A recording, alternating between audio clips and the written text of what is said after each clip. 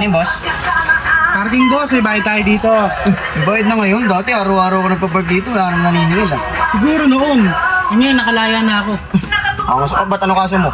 Nakapatay ako na hindi nagbayad ng parking sa akin. Di Diyos, babayad ako. Ba't magkano ba?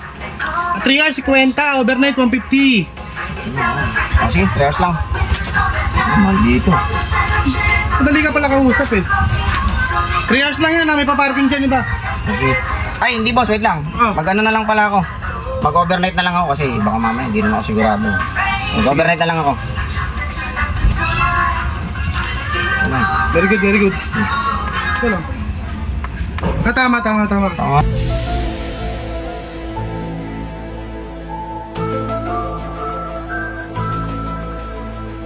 Ayan. Ay, hindi boss, mag-ano na lang ako.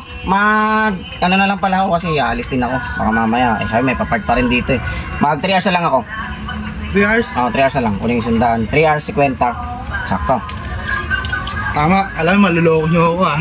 You didn't have to cut me off. I can never know we were nothing.